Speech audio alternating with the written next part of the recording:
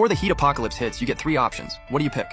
A, an indestructible bunker with unlimited supplies. B, a Gatling gun with infinite ammo. C, a top-tier maid who is absolutely loyal to you.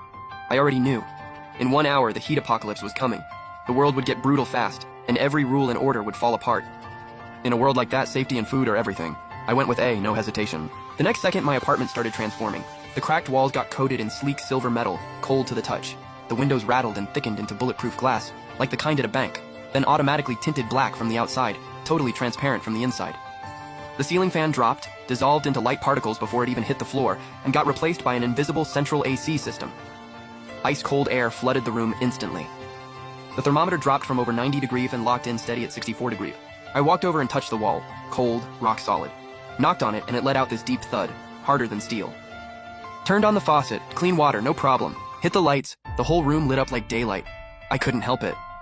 This thing is insane. But wait, it wasn't done. The storage room and fridge that used to be empty, completely packed. Fridge had everything from soda to imported beer, ribeyes to Boston lobster, you name it. The storage room was stacked with rice, flour, cooking oil, canned goods, instant hot pots, and energy bars, piled up like a mountain, enough to keep me fed for years.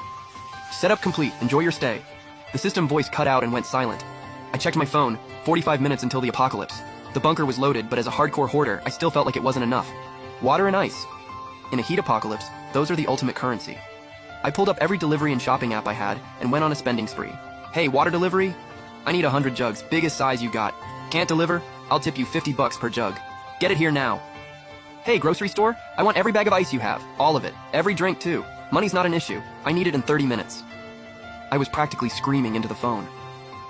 Soon enough, the first delivery guy showed up huffing and puffing, hauling a water jug up the stairs, drenched in sweat, clothes soaked through.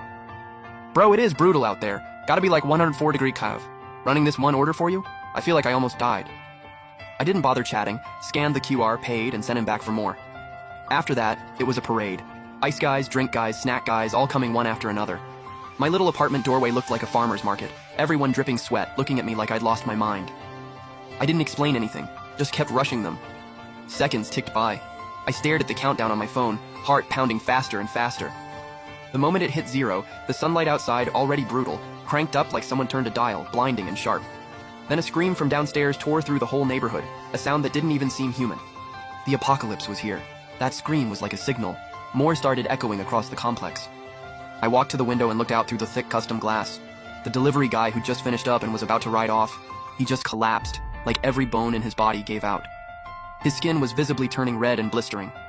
Not far off, a few older folks who'd been chilling in the shade started screaming in panic. Some tried to run for the building entrance, but dropped after just a few steps, wailing in pain. The whole world had turned into a giant pressure cooker. The air itself smelled like something burning. I looked at this hellscape outside and felt absolutely nothing. Just turned around and grabbed a cold Coke from the fridge. Man, that hit. I kicked back on the couch, soaking in the 64-degree air, listening to the screams and cries outside grow louder. Felt like I had front row seats to the end of the world. Right then, the system voice fired up in my head again. Apocalypse officially begun. Daily check-in is now active. 1 check-in per day. Pick one of 3 rewards. Detected. Host completed first check-in after apocalypse onset. Bonus reward triggered. Would you like to recruit your first maid right now? That's when it clicked. Option C from the starter pack was a premium maid recruitment card, and now it was showing up as a bonus reward. Gotta say, this system's got good taste. Recruit. Maid recruitment initiated. Matching based on host's subconscious preferences. Match found.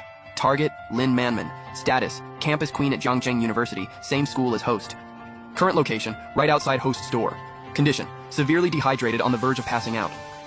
Her face popped into my head immediately. Tall, stunning, the kind of girl with a line of guys chasing her that stretched across the whole campus. Wild how things flip around. While I was still processing, a frantic but weak knock hit the door. I walked over and pulled up the security monitor, and there on the screen was a face, red and swollen, streaked with sweat and tears, pressed right up against the camera.